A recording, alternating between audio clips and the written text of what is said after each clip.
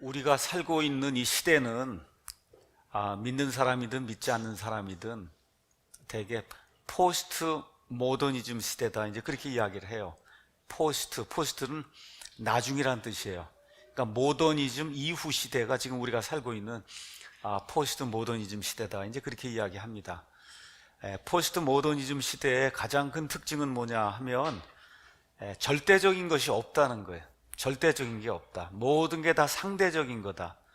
그러니까 절대적으로 선한 거, 절대적으로 완전한 거, 절대적으로 거룩한 거, 이런 건 없다고 이제 이야기하는 이와 같은 그 사상이 사람들 마음을 지배하고 있는 이런 시대가 포스트 마더니즘 시대다. 이제 이렇게 이제 하다 보니까 사람들 가운데 많은 분들이, 특히 이제 믿지 않는 분들 가운데, 심지어는 믿는 사람들 가운데도 그렇게 생각하는 분들이 있어요. 기독교도 그냥 여러 종교 중에 하나가 아니냐. 또 우리가 믿고 있는 이 성경에 나와 있는 하나님도 지금 많은 이렇게 있는 걸 신들 중에 하나지. 우리가 믿고 있는 이 기독교, 또 우리가 이제 경배의 대상으로 삼고 있는 그 하나님, 그 하나님이 절대적으로 유일하신 그와 같은 분이 아니다. 이렇게 많은 사람들이 생각하고 있어요. 또 이렇게 이제 하면서 이렇게 사람들끼리 이야기하다 보면 내가 믿는 신 아니면 내가 믿는 그 종교를 타박하거나 폄훼하지 마라. 또 이제 그 이야기하고 또 거기다 이제 말이 막히면 다양성을 좀 인정해야 되지 않겠느냐. 이렇게 이제 이야기하는 그런 시대가 저와 여러분이 또 우리 자녀들이 지금 살고 있는 그런 시대예요. 이런 시대의 그 특징이 다니엘서 12장 4절에 나와 있습니다. 제가 한번 잠깐 보도록 하겠습니다.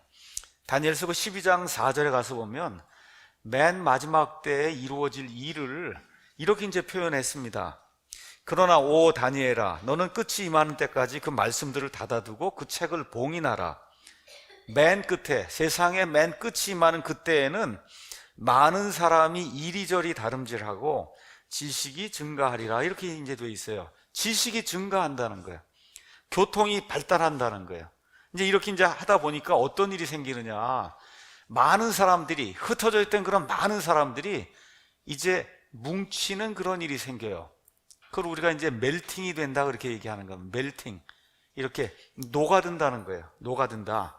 자, 온 세상 사람들이 곳곳에서 하나가 되는 그런 일이 지금 우리가 살고 있는 이 시대의 특징 중에 하나입니다.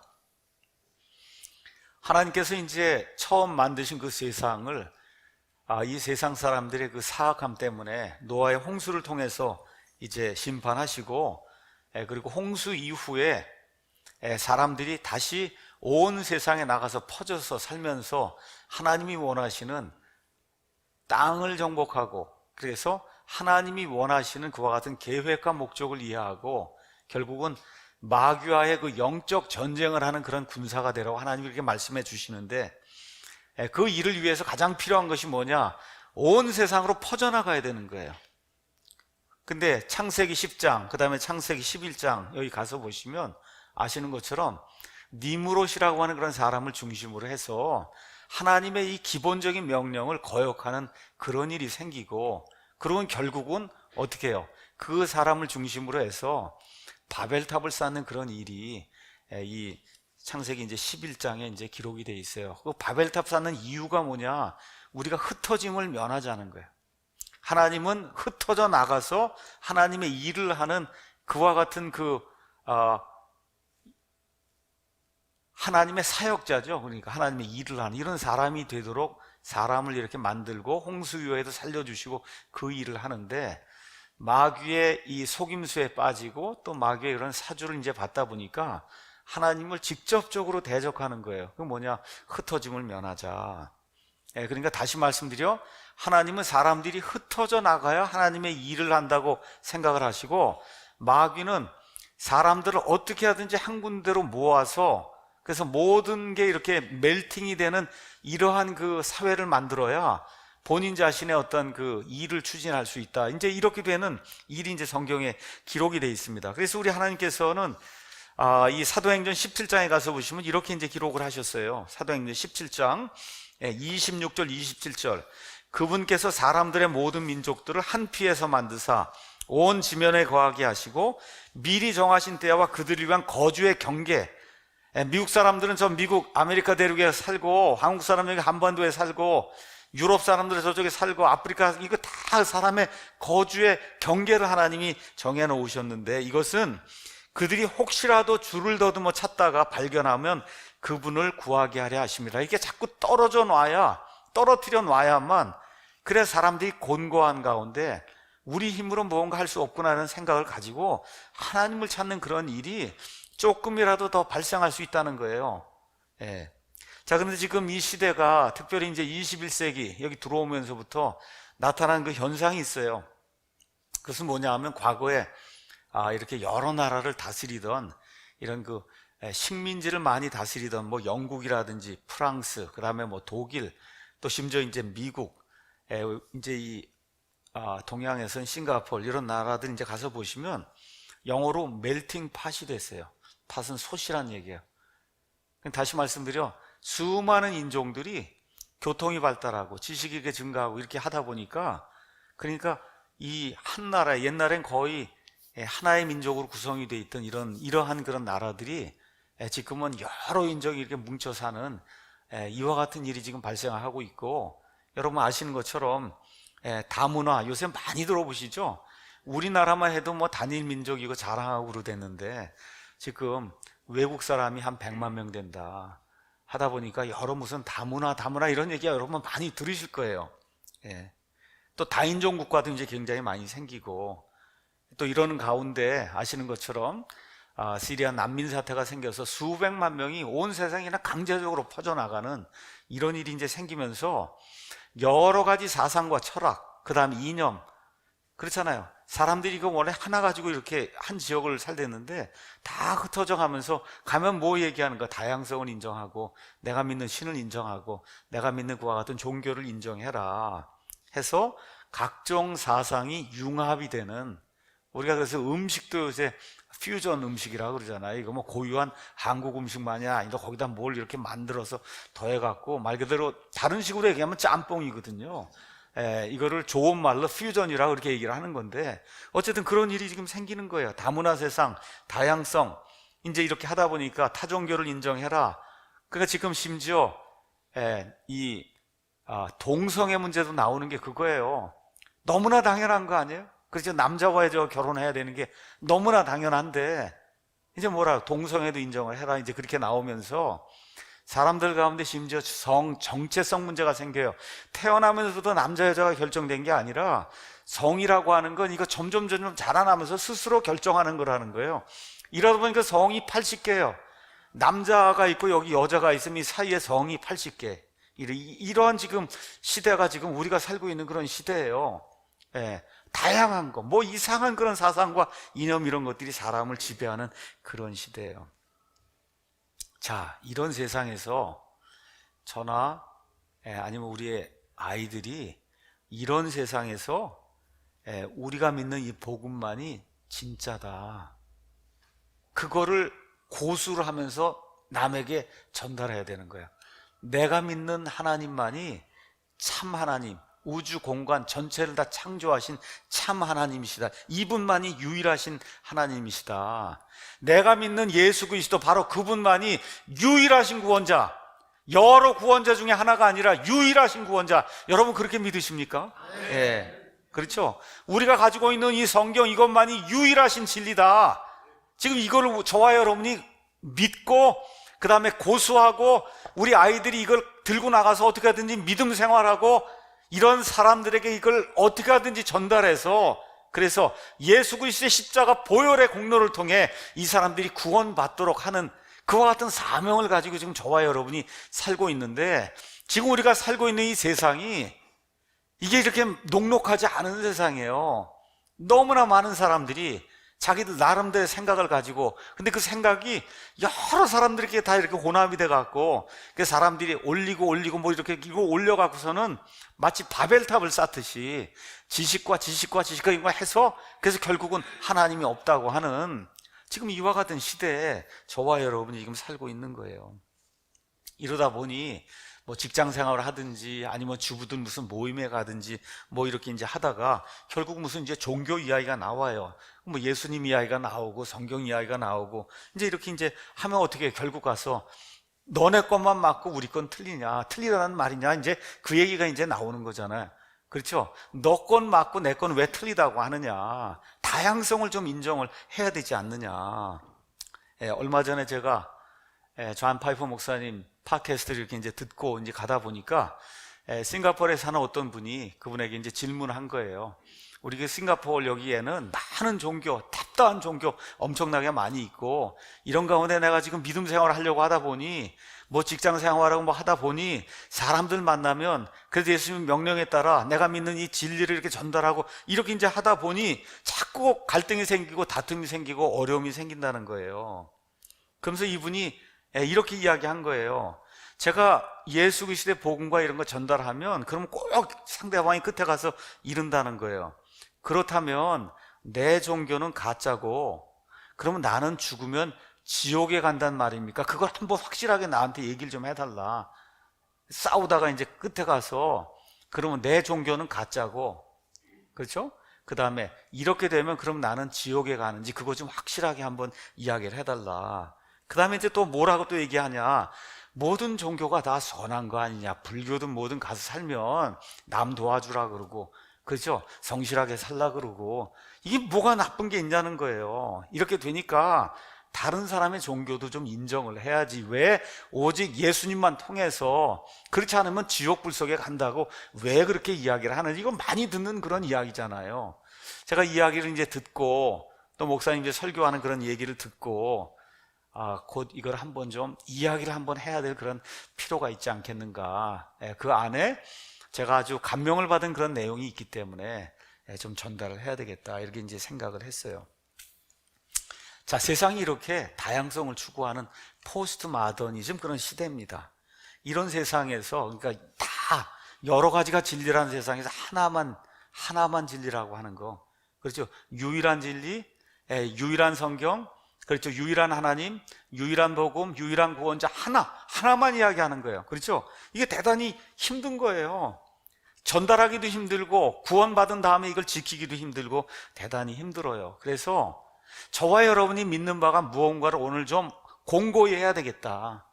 일단 저와 여러분이 뭐 남에게 가서 전달하는 것도 이제 중요한데, 일단은 내가 기독교와 다른 종교는 뭐가 다른가 하는 그 핵심 내용을 분명히 이해를 하고, 그 다음에 내 아이들에게도 가르치고 믿지 않는 다른 사람들에게도 이야기를 해줘야 되지 않겠는가. 가장 중요한 게 뭐냐, 아는 것이 가장 중요한 거예요. 그래서 오늘은 기독교는 다른 종교와 무엇이 다른가요? 라고 하는 그런 제목을 가지고 사실은 뭐 설교라기보다 기독교 변증을 좀 하려고 합니다. 기독교 변증.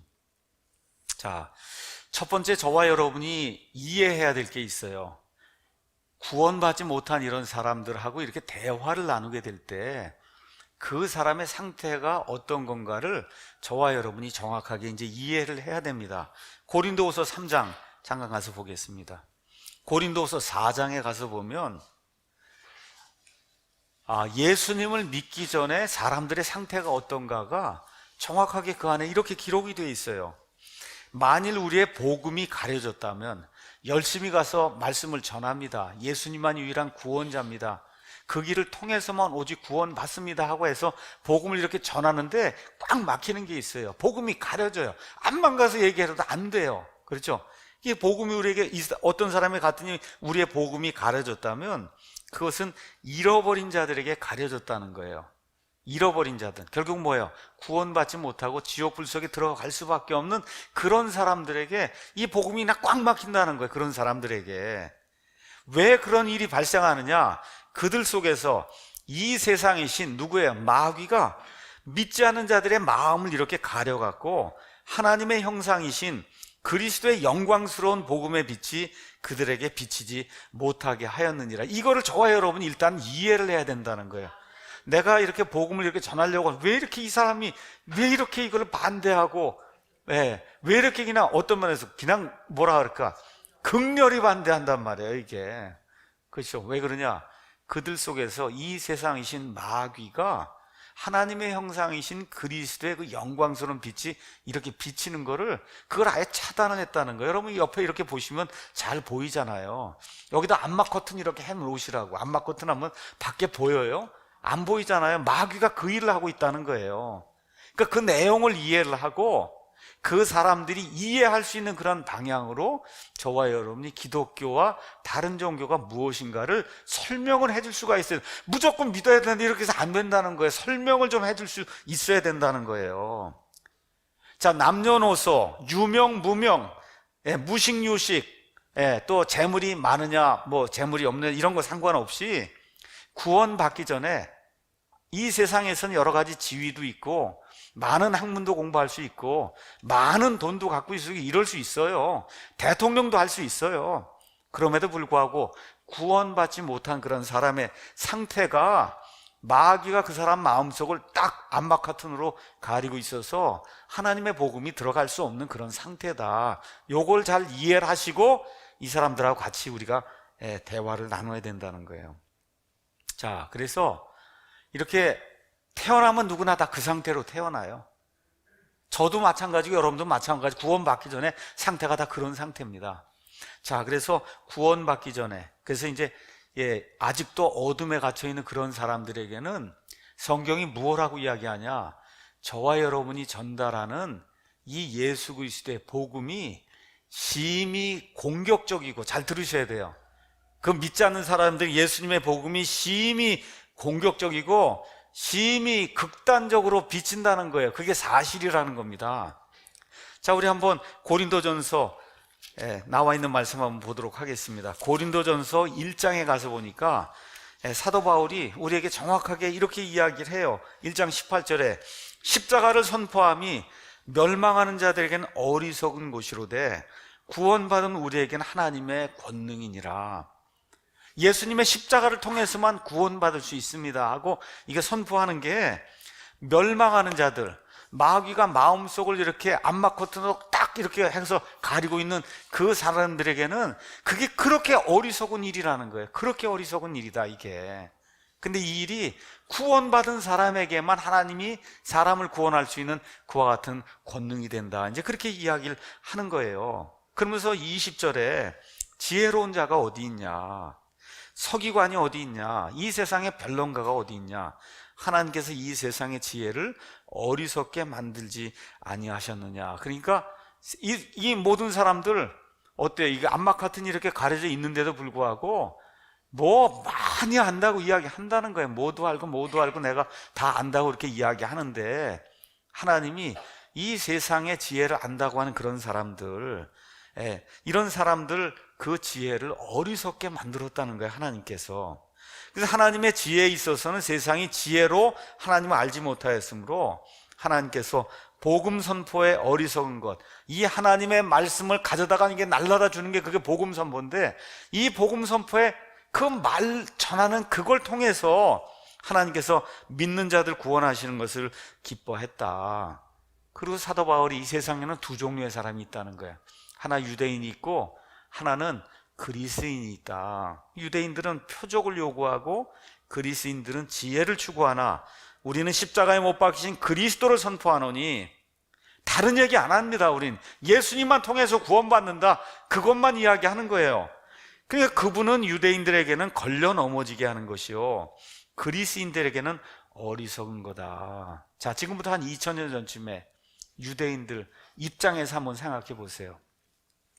구약 성경이 계속해서 메시아가 와서 어떻게 해요? 이스라엘의 왕국을 회복시켜줘서, 그래서 메시아 왕국이 선다고 그렇게 이야기를 하는데, 예수님이 어떻게 돼요? 로마 제국에서 건지지도 못하고 예수님이 십자가에 달려 죽으셨어요.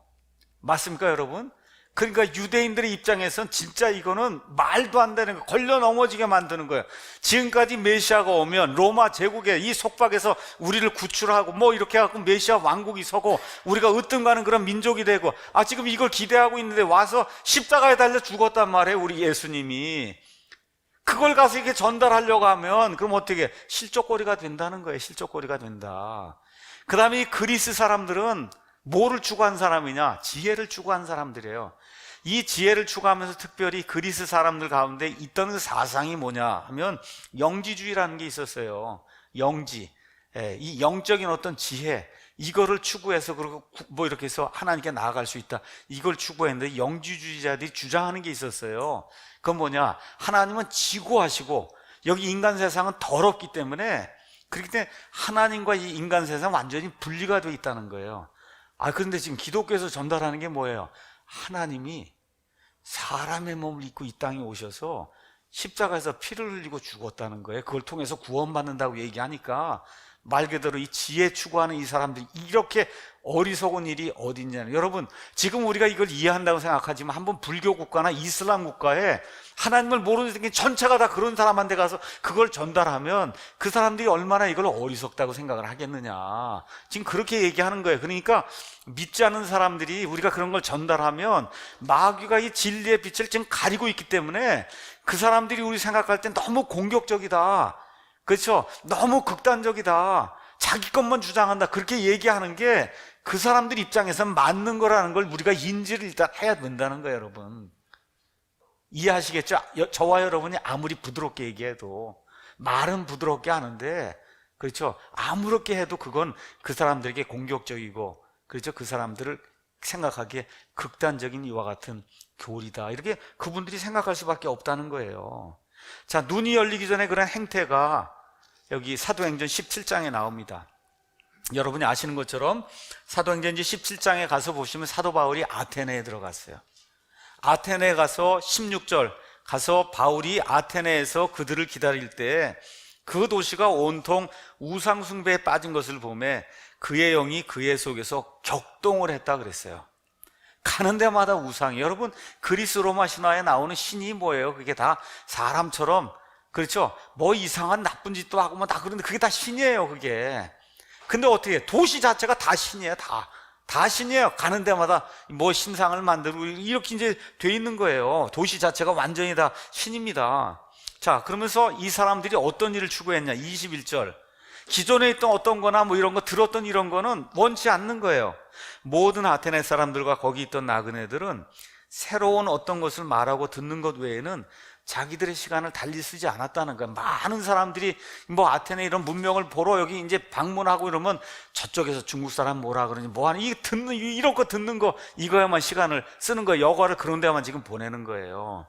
자, 이런 가운데 여기 가서 보니까 또 22절 23절에 이렇게 이제 기록이 돼 있어요. 바울이 마르세 언덕 한가운데 이제 서서 이 아테네 사람들에게 그렇게 이야기하는 거예요. 내가 알고 보니 너희가 모든 것에서 너무 미신적이다. 모든 것에서, 한두 개가 아니고, 내가 지나다니면 너희가 섬기는 것들을 보다가 알지 못하는 신에게라고 새긴 글이 있는 제단을 발견했다. 그 얘기를 하는 거야. 혹시 여러 신들에게 다 경배드리다가 혹시 이 신에게 내가 경배드리지 못해갖고 이 신이 나한테 화를 내면 어떡하겠느냐. 그러니까 아예 이름을 알지 못하는 신, 그렇죠, 그렇게 하고 거기다 갖다 예배를 드렸다는 겁니다. 예배를 드리는 그런 일이 발생했다. 수많은 신들을 섬겼다는 거예요.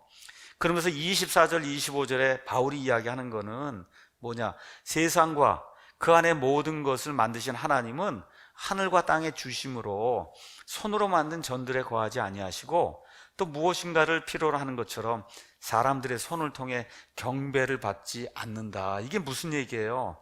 이게 무언가 이렇게 신전을 짓고, 그렇죠, 우상을 세우고, 그럼 또 하나님과 그 사이에 또 누가 껴야 돼요. 제사장이 껴야 되고, 그렇죠. 하나님은 이런 방식으로 경배받는 그런 분이 아니다. 지금 바울이 그 얘기를 하고 있는 거예요. 착하게 살고 재물 바치고 이런 걸로 하나님께 나오는 게 아니다. 여기 사도행전 14장 가서 보시면 거기에 사도 바울이 더베, 루스드라, 이고니온 지방에 가서 말씀을 선포하는 내용이 그 안에 기록이 되어 있어요. 루스드라에 갔더니 나면서부터 불구자가 있어요. 그 불구자를 고쳤더니 이 사람들이 어떻게 하는가 하는 내용이 30절 32절 한번 가서 보세요. 14장 30절. 자, 이제 고쳤습니다. 그렇죠? 이거 다 고치고 나니까 어떻게 이제 돼 있느냐. 11절 사람들이 바울이 행한 일을 보고 목소리를 높여 루가오냐 말로 이르되 신들이 사람들의 모양으로 우리에게 내려왔다. 그렇게 이제 이야기하고는 13절에 이에 그들의 도시 앞에 있던 주피터의 제사장이 소와 화환들을 가지고 성문들에 이르러 사람들과 함께 희생물을 드리려고 그랬다는 거예요. 지금 바울과 그 다음에 바나바가 지금 살아있는 신이라고 생각을 하고 희생물을 잡아갖고 그래갖고서는 뭐 꽃도 갖다 바치고 이렇게 지금 신들에게 경배하려고 하는 그러한 일을 했다는 거예요. 그게 지금부터 2000년 전에 사도 바울이 살던 그 시대에 가장 개화가 됐다고 하는 사람들이 하던 그와 같은 방식이라는 거예요. 그게 그때뿐만 아니라 지금도 똑같다는 거예요. 이걸 저와 여러분이 꼭 기억을 해야 된다는 거예요. 자, 근데 바울이 이럼에도 불구하고 사도행전 17장 이 아테네 사람들에게 무엇을 선포했냐? 17장 30에서 32절에 자, 바울이 이야기하는 게 우리가 하나님의 후손일진데 하나님이 만들어 놓은 이와 같은 창조물로서 하나님의 형상이 들어있는 그런 사람일진데 하나님의 신격을 결코 사람의 기술이나 고안으로 새긴 금이나 은이나 돌 같은 거, 이거 부처니 뭐 이런 거 다 만들어 놓고 하는 거, 이런 걸로 그렇게 생각할 거야? 아니다. 하나님께서 이같이 무지하던 때, 그렇죠? 돌덩어리 만들고 나무덩어리 해서 조각하고 여기다 갖다 경배하고 이런 거 하던 이런 때를 눈 감아 주셨다는 거. 영어로 가서 윙크 했다는 거예요, 여러분. 윙크. 근데 이제는 시대가 바뀌었다는 거예요. 이제 신약 시대가 열리면서 하나님의 아들이 직접 이 땅에 오셔서 십자가에서 죽으시고 완전한 단번 속죄 희생을 이루신 그 이후에는 이 시대가 바뀌었다는 거예요. 이제는 모든 곳에서 모든 사람에게 회개하라고 명령하시나니 이는 그분께서 한 날을 정하사 그날에 자신이 정하신 그 사람 예수 그리스도를 통해 세상을 의로 심판하실 것이기 때문이다. 근데 이거를 확실히 보여주시기 위해서 그분께서 그 사람을 죽은 자들로부터 살리심으로 그 사람을 부활시킴으로 말미암아 모든 사람들에게 그 일에 대한 확신을 주셨다고 바울이 지금 선포하는 내용이 그 안에 기록이 돼 있어요. 자, 그래서 오늘 우리가 기독교는 다른 종교들 중에 하나가 아니라는 거, 이거를 지금 우리가 살펴보려고 이 자리에 모였어요. 자, 그럼 기독교는 뭐냐? 잘 들으셔야 됩니다, 여러분. 기독교의 복음, 우리가 이야기하는 복음은 뉴스예요, 여러분. 뉴스. 여러분, 어저께, 그저께, 그렇죠? 1년 전에 이렇게 하면 뉴스가 있잖아요. 사람들이 깜짝 놀라게 하는 그런 뉴스가 있잖아요. 그러니까 기독교의 복음은 뉴스예요. 그러다 보니까 어떤 사람들이 기쁜 소식 뭐 해서 하는 그런 것도 만들잖아요. 그게 뉴스예요. 그거 잘 잡은 거예요. 그 맞는 얘기예요. 뉴스. 자, 그 기독교는 뭐냐? 소식이에요, 여러분. 소식. 여러분, 좋은 소식이 오면은 그럼 어떻게 알리잖아요. 기독교는 소식이에요, 소식. 하나님으로부터 온 그런 소식이다. 어떤 소식이냐? 하나님께서 사람들을 살리기 위해서 삼위일체 하나님 중에 한 분이신 하나님의 아들, 그 아들 하나님이 이 땅에 사람의 몸을 입고 오셨다는 거예요. 저와 여러분의 죄들로 인한 이와 같은 형벌을 담당하기 위해서 우리 예수님이 십자가에서 죽으셨다는 소식입니다. 그 결과 하나님의 진노를 제거하셨다는 소식이에요. 그리고 어떻게 해요? 죽었다가 묻혔다가 성경 기록대로 다시 부활하셨다는 소식을 전파하는 게 그게 기독교예요. 그 결과 어떻게 돼요? 저와 여러분이 죄와 사망과 그 다음에 지옥과 그 다음에 마귀 밑에서 고생을 하고 결국은 예수님 없으면 거기 지옥불 속에 들어갈 수밖에 없는 이와 같은 존재였는데 예수님을 통해서 승리를 얻게 됐다고 하는 소식이 바로 기독교다. 그 결과 뭐냐? 예수님이 부활했기 때문에 저와 여러분도 부활한다는 소식이 기독교의 소식입니다, 여러분. 이게 기독교예요. 기독교는 소식이에요, 소식. 자, 그래서 하나님과 불화해서 하나님의 원수로 지내던 그런 사람들, 이런 사람들에게, 하나님의 진노 아래 있던 그런 사람들에게 예수 그리스도라고 하는 그 구원자를 통해서 화해의 길이 열렸다는 소식이에요. 구원의 길이 열렸어요. 여러분, 영원토록 하나님과 함께 살 수 있는 길이 열렸다는 소식이 그게 기독교예요. 이게 중요한 겁니다. 자, 그리고 어떤 소식이 그 안에 포함이 되어 있냐? 예수님께서 초림하셔서 이 모든 일들을 이루시고 그래서 승천하셨다가 다시 이 땅에 내려오셔서 그래서 온 세상을 통치하시고 결국 새하늘과 새 땅을 다스리시는 이와 같은 분이 되신다는 사실이 그게 기독교가 전하는 그러한 소식입니다. 자, 대부분의 사람들, 종교를 가진 사람들 그렇게 생각을 안 해요. 어떻게 생각을 하냐? 예식으로 생각하는 거예요. 종교라는 건 의식으로 생각하는 거예요. 의식. 여러분, 저기 불교든 뭐 천주교든 가면 뭐 연기를 피우고 뭐 이렇게 이제 해갖고 근엄하게 장엄하게 땡땡땡 뭐 이렇게 이걸 종교라고 생각하는 거예요. 그분들 생각엔 그게 기독교도 그런 거에 하나가 아니겠느냐 이렇게 이제 생각을 하는 거예요. 마음이 평안하면 되는 거. 여러분, 마음이 평안하면 그게 그 사람들이 이야기하는 종교인 거예요. 여러분, 기독교는 마음을 평안하게 하는 그게 최종 목적이 아닙니다. 뭐예요? 뉴스예요. 어떤 뉴스냐? 제가 예를 3가지만 보여드릴게요. 1517년에 로마 카톨릭이라고 하는 이와 같은 체제 밑에서, 그렇죠, 마귀의 영에 의해 속박 가운데 있던 그런 사람들, 그 사람들에게 오직 예수 그리스도를 통해서 하나님의 은혜로 구원받는다고 하는 말틴 루터의 복음, 이게 뭐예요? 소식인 거예요, 여러분. 이 소식이 비텐베르크 그 성문 안에 붙여지게 될 때 어떻게 되세요? 온 세상에 그 소식이 퍼져나간 거예요. 이게 소식이에요. 이게 기독교의 소식이에요. 말틴 루터가 향을 피우고 뭐 예배를 어떻게 드리고 음악으로 이런 거 한 거 아닙니다, 여러분. 말틴 루터가 전한 복음이 뭐냐? 예수님을 통해서 은혜로 말미암아 우리의 행위와 상관없이, 그렇죠, 하나님의 전적인 은혜로 저와 여러분이 구원받을 수 있다는 소식을 전달한 거예요. 나중에 미국에 링컨 대통령이 나타났어요. 링컨 시대에 이 흑인들을 데려다가 다 노예로 이렇게 부렸어요. 짐승처럼, 사람을 짐승처럼 부렸어요. 링컨 대통령이 어떻게 했어요? 선포를 했어요. 다 인간이기 때문에 노예를 삼으면 안 된다 해서 어떻게 했어요? 노예제도 혁파하는 뉴스를 냈어요. 그게 소식인 거예요. 그 소식을 듣고 수많은 흑인들이 어떻게 노예 상태에서 벗어나는 그런 일이 순식간에 생기게 된 거예요. 여러분, 무슨 뭐 이렇게 연기 피우고 이런 거 한 거 아닙니다. 여러분, 무슨 뭐 가운을 입고 뭐 이런 거 한 거 아니에요. 사람을 노예 속박 상태에서 벗어나게 해주는 이와 같은 그 소식, 이런 게 이제 링컨 시대의 노예 해방을 통해서 이제 이루어진 거예요. 1948년 8월 15일 날 어떻게 됐어요, 여러분? 일제강점기 벗어나는, 그죠, 광복이 이루어졌죠? 맞습니까? 여러분, 그날 뭐 연기 피우고 뭐 음악하고 그랬어요? 아니죠. 뭐예요? 소식이 들려온 거예요. 맞습니까? 해방된 거예요. 식민지 상태에서 벗어난 거예요. 이런 소식이 들려온 겁니다. 1948년 8월 15일에 역사 일에 한 번도 없었던 대한민국이라는 나라가 세워졌다는 소식이 전파가 된 거예요. 맞습니까, 여러분? 이게 복음과 마찬가지로 이런 것들이 소식인 거예요. 다시 말씀드려, 복음은 뭐냐? 하나님께서 인간의 역사에 개입하셔서 인간의 죄 문제를 일시에 영원 무궁토록 예수님을 통해 완전히 해결하셨다는 소식이 바로 예수님의 기독교예요. 맞습니까, 여러분? 이걸 이제 우리가 기억을 하고, 자, 그러면 내 종교는 가짜냐, 너 것만 진짜고, 그렇게 이야기하는 사람들에게 우리가 이제 알려줘야 될 게 있어요. 이게 오늘의 핵심 내용이에요. 그런 사람들에게 어떻게 뭘 알려줘야 되냐. 자, 여러분, 어떤 사람이 폐렴에 걸렸습니다. 폐렴에 걸려서 지금 입원해서 누워 있어요. 여러분, 그대로 두면 어때요? 죽습니다. 그렇죠?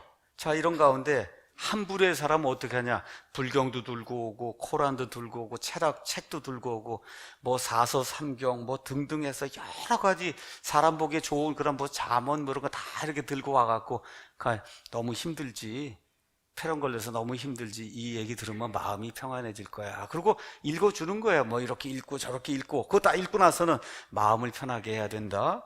그렇죠? 또 좀 물을 마셔야 되지 않겠냐, 공기정화기 좀 가져다 놓고 공기도 좀 이렇게 맑게 하고 이렇게 해야 되지 않겠냐, 여태까지 용서하지 못하고 살았던 그런 사람들 다 용서해야 되지 않겠냐, 아름다운 마음을 가져라.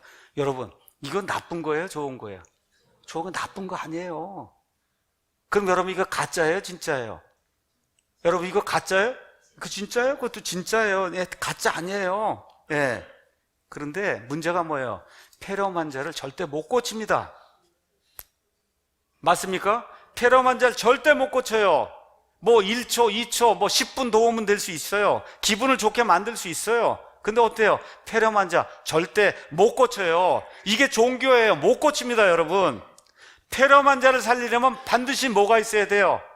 페니실린, 항생제가 있어야만 폐렴 환자를 살릴 수 있는 거예요. 아무리 좋은 말 아무리 해줘도 폐렴 환자 살릴 수 없습니다. 궁극적으로 뭐가 있어야 되냐? 항생제가 있어야 되는 거예요. 여러분 꼭 기억하셔야 돼요. 그런데 여러분 기억해야 돼요. 와갖고 자꾸 뭐 이걸 해라 저걸 해라 뭐 마음이 좋다 이렇게 얘기하는 게 심하게 말하면 헛소리예요.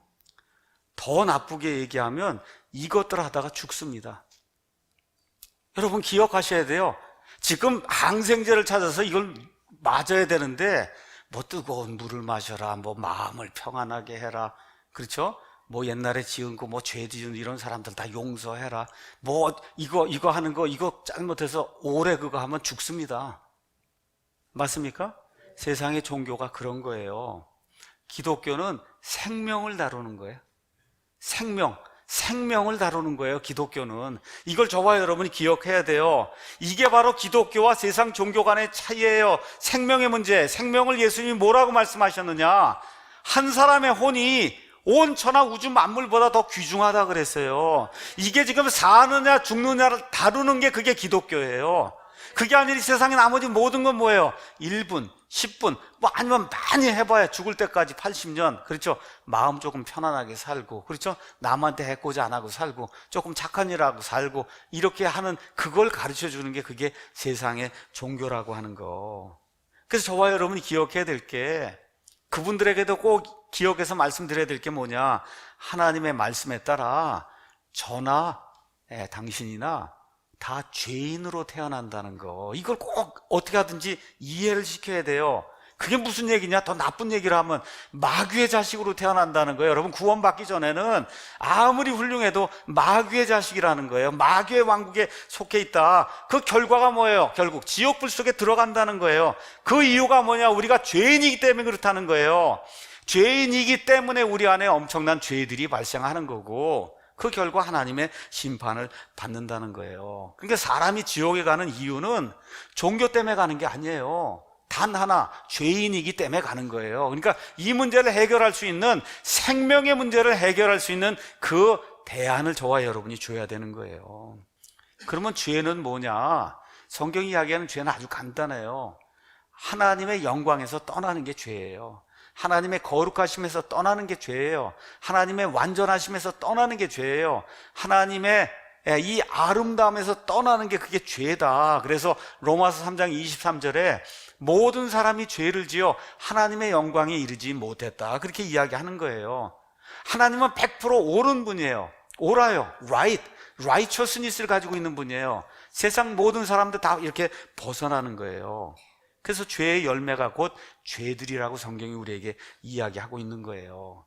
로마서 1장 가서 잠깐 보도록 하겠습니다. 어떤 게 죄냐? 아주 간단한 겁니다. 로마서 1장 18절 19절 가서 보니까 하나님의 진노가 불의 안에서 진리를 붙잡아 두는 사람들의 모든 경건치 아니한 것과 불의를 대적하여 하늘로부터 계시되었나니 이는 하나님을 알만한 것이 그들 속에 분명히 들어있다는 거예요. 믿는 사람이든 믿지 않는 사람이든 하나님이 이 세상, 이 모든 창조 세상과 우리의 양심을 통해서 하나님이 계신다고 그런 사실을 누구나 알 수 있도록 만들어 주셨는데, 그거를 거부하는 게 가장 큰 죄다. 그렇게 일이 거부가 되면 결국은 어떻게 되느냐? 한 번 거부하고, 두 번 거부하고, 세 번 거부하고, 네 번, 그래서 자꾸 거부하는 그런 삶을 살면 28절에 그들이 자기 지식 속에 하나님 두기를 싫어해요. 자꾸 밀어내고 아니라고 그렇게 하면 하나님께서도 그들을 버림받은 생각에 내주사 합당하지 못한 일들을 하게 한다는 거예요. 그래서 29절부터 그 다음에 31절까지 이 세상 모든 사람들이 행하는 그런 악한 일들이 이 안에 이제 기록이 돼 있고, 마지막에 사도 바울이 32절에 그들이 이런 일들을 행하는 자들은 죽어야 마땅하다는 하나님의 심판을 알고도 같은 일들을 행할 뿐 아니라 그런 일들을 행하는 자들을 기뻐하느니라, 이렇게 이제 기록이 돼 있어요. 그래서 그분들에게 같이 우리가 이야기를 할 때 저나 여러분이나 같은 배에 타고 다 그러고 태어난 겁니다. 나라고 특별한 사람이 아니에요. 예, 구원 저는 받았지만 구원 받기 전에 다 같은 배에 태어났어요. 같은 배 타고 태어났어요. 어떤 배냐? 죄인들이 실어놓은 그 배에다 타고 태어난 거예요. 제가 특별한 사람이 아닙니다. 정확하게 이해를 해야 돼요. 어떤 사람이냐? 그 배가 어디로 이끌고 가요? 지옥으로 이끌고 가는 그 배에 누구나 다가 이 땅에 태어날 때 그렇게 태어난 거다. 자, 그런데 어떤 문제가 있냐? 이 죄에 대해서 이야기를 하면 여러분 하나님의 무한하심을 이렇게 이야기를 하셔야 돼요. 자, 보세요. 죄라고 하는 게 이렇게 똑바로 된 게 이렇게 있어요. 이게 하나님의 라이트예요. 여기에서 0.01도 아주 조금 눈곱만큼 이렇게 벗어났어요. 여기서 보면 별로 차이가 없어요. 여기서 이렇게 보면 별로 차이가 없는데 여러분 이게 무한대의 공간으로 쭉 이 차이가 쭉 해서 나가면 0.01도 아니라 0.00001도만 벗어나도 저기 달 있는데 해 있는 데 가면 그 차이가 사람이 헤아릴 수 없을 정도로 차이가 나는 거예요. 예, 이거를 이야기를 해주셔야 돼. 그렇게 되는 거다. 하나님이 그 무한하신데, 그러니까 어떻게 돼요? 여기 하나님이 딱 이렇게 90도 걸어서면 90도로 딱 그대로 가야지. 여기서 0.01도라도 양옆으로 벗어나면 처음 무한하신 하나님 쪽에 가게 되면 완전히 벗어나는 거라는 거. 그걸 하나님이 요구하신 거다. 저와 여러분 그걸 기억하셔야 되고, 또 하나 말씀드려야 될 게 하나님이 그렇게 무자비한 분이 아니다. 하나님이 어떻게 해요? 하나님께서 그렇게 완전함과 공의를 요구하시면서 동시에 그거를 만족시킬 수 있는 방법을 사람들에게 주셨다는 겁니다. 맞습니까, 여러분? 사람들에게 주셨다는 거예요. 거기서 벗어나서, 죄에서 벗어나고 마귀에게서 벗어나고 지옥에서 벗어날 수 있는 길을 하나님이 주셨다는 거예요. 그걸 저와 여러분이 가르쳐 주셔야 돼요. 이 세상의 종교들은 다 사람이 만든 거예요. 그러다 보니까 감히 부활을 이야기하거나 예언을 포함하는 그런 종교는 단 하나도 없어요. 첫 번째, 어떤 게 가짜 종교냐? 아들이 없는 종교는 가짜 종교예요, 여러분. 여러분, 아들이 없는 종교는 가짜 종교예요. 그 종교 중에 대표적인 게 뭐예요? 이슬람교. 그 알라에게는 아들이 없어요. 아들이 있어야 구원자로 이 땅에 오셔서 저와 여러분을 구원할 수 있습니다. 아들이 없는 종교는 가짜 종교예요. 두 번째, 하나님의 어머니를 믿는 종교는 가짜 종교입니다. 하나님 무슨 어머니가 있어요? 하나님의 어머니가 있다고 하는 그와 같은 종교는 가짜 종교예요. 세 번째, 그거 빼고 그럼 나머지 부처, 소크라테스, 공자, 이만희, 안상홍 다 뭐예요? 죽을 수밖에 없는 사람이잖아요. 여러분 여러분이나 그 공자나 다 똑같은 사람이에요. 그 똑같은 사람이 어떻게 똑같은 죄병의 문제를 어떻게 고쳐주냐 말입니까? 그렇죠? 안 된다는 거예요. 다시 말씀드릴게요. 이 세상의 종교를 한번 가서 이렇게 보세요. 어떤 종교가 하나님이 사람의 몸을 입고 이 땅에 오셔서 사람의 죄를 제거하려고 하신다. 있어요? 없어요? 없어요. 그런 거 없습니다. 그렇죠? 예. 그와 같은 거 할 수 있는 그런 이 아들이 없어요. 이슬람교회는. 천주교회가 하나님의 어머니 사람 구원하지 못합니다. 예. 못하는 거예요. 그럼 이런 거 다 빼고 나면 나머지는 뭐예요? 다 사람을 교주로 모시고 있는 거예요. 사람을 교주로 모시고 있는 거. 세상의 수많은 종교들 가운데 유일하신 참 하나님, 우주 공간의 모든 것을 말씀을 통해 무에서 유로 만든 그런 신을 섬기는 그와 같은 종교 있습니까? 없습니까? 없어요. 그런 종교가 없어요. 왜 없느냐? 감히 그렇다고 얘기를 못해요.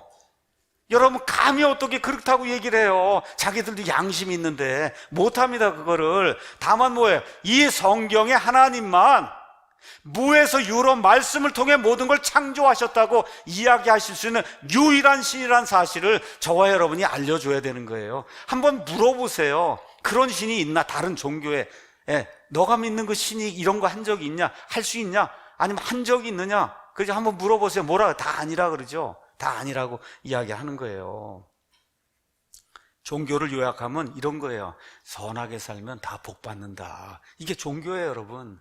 선하게 살면 다 복받는다. 여러분, 그러면 그게 뭐 나쁜 얘기? 이건 나쁜 얘기는 아니에요. 여러분 잘 들으세요.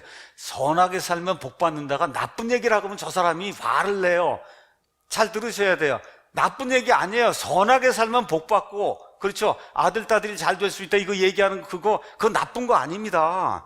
근데 뭐예요? 그건 잠시 잠깐 평안을 주는 거예요. 뭐가 없냐? 이 세상 모든 종교에는 구원에 이르게 하는 회개가 없어요. 구원에 이르게 하는 회개. 이 죄병의 이 문제를 해결할 수 있는 유일한 길이 뭐예요? 회개와 믿음인데, 그렇죠? 일단은 신이 틀렸으니까 그 뭐 믿는 거 이거 할 수도 없고, 이게 돌아서려면 회개가 있어야 되는데 그게 없는 거예요. 그래서 잠시 잠깐 마음의 평안을 줄 수는 있어도 영원한 죄 문제는 해결할 수 없다. 우리에게 필요한 건 뭐예요? 잠시 잠깐 따뜻한 물 마셔라, 좋은 공기 해라, 어디 좀 놀러 갔다 와라, 그죠? 이게 아니고 뭐가 필요해요? 항생제가 필요한 거예요, 여러분. 항생제가 있어야 이 폐렴에서 나을 수 있는 거예요. 그러니까 저와 여러분이 가서 이야기할 때 이걸 잘 이야기해 줘야 돼요. 기독교는 다른 종교에 비해 여러 가지 우수한 가르침을 알려주는 그러한 종교 시스템이다. 이렇게 얘기하면 그럼 어떻게 해요? 저와 여러분 집니다, 그 게임에서.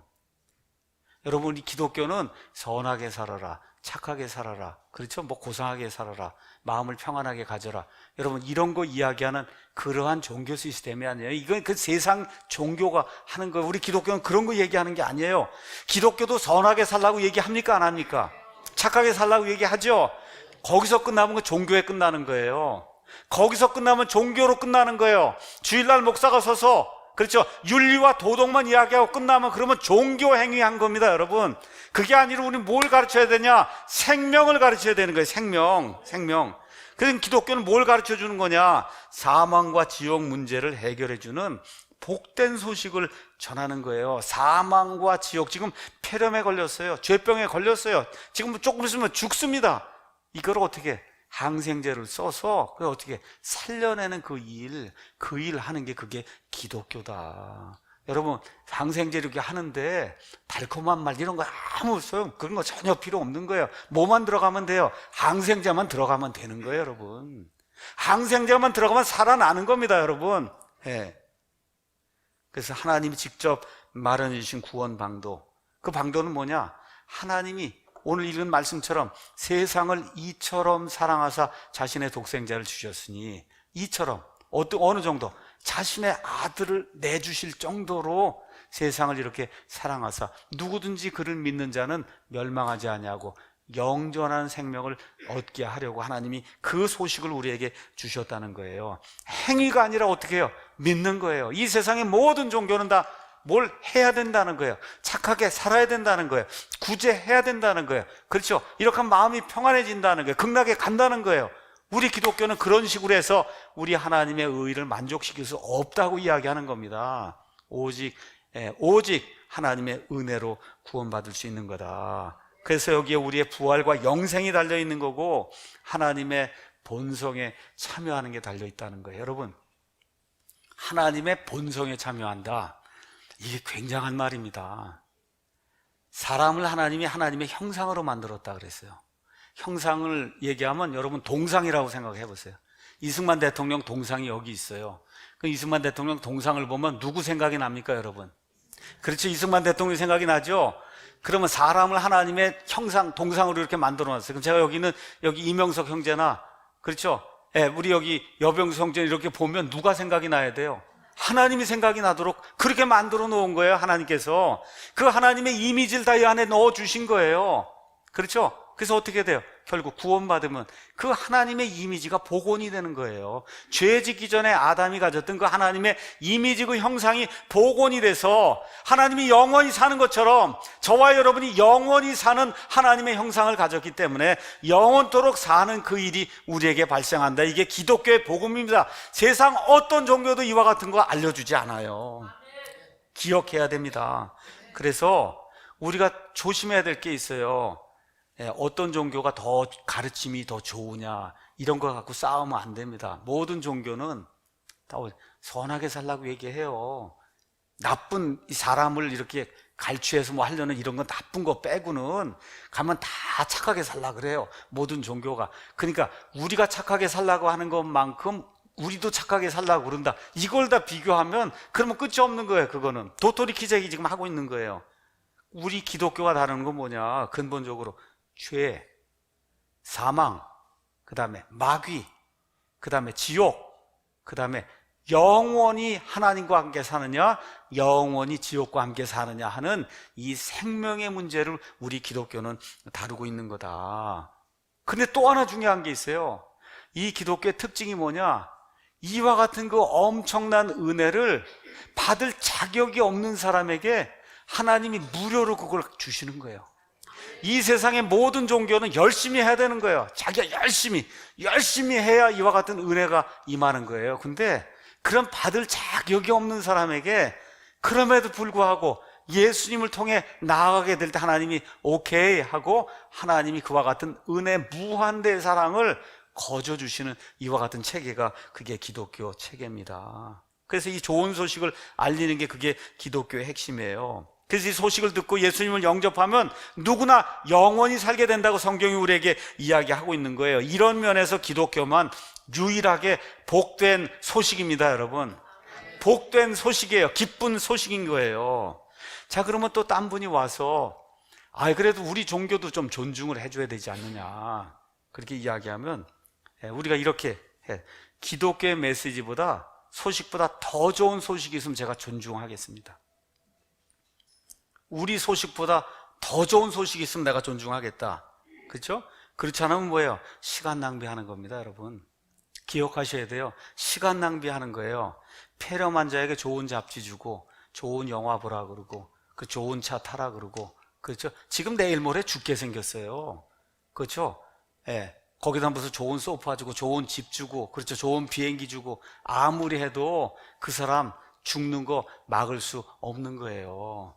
그러니까 이 세상의 모든 종교가 그게 좋은 잡지, 그렇죠? 좋은 영화, 좋은 그림, 좋은 집, 좋은 차, 그렇죠? 이런 게 세상의 종교예요, 여러분.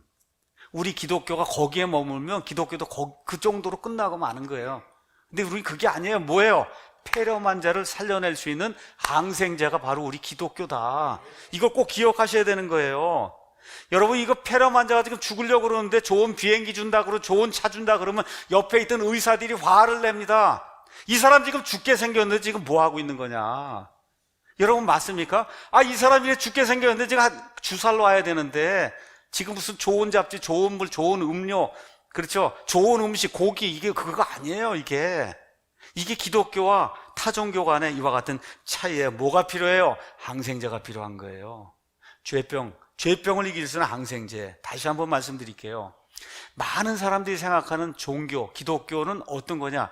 의식이라고 생각하는 거예요. 의식. 주일날 되면 11시 되면 성경책 끼고 교회 갔다가 와서 헌금하고, 그렇죠? 그렇게 이제 하면 11조 했으니까 하나님이 복을 주고, 그렇죠? 아이들이 잘 되고, 그렇죠? 하는 모든 일이 잘 되고, 이걸 이렇게 생각을 하는 거예요. 기독교를 이렇게 이제 하면서 또 뭐가 있어요? 음악이 좋아야지. 또 음악.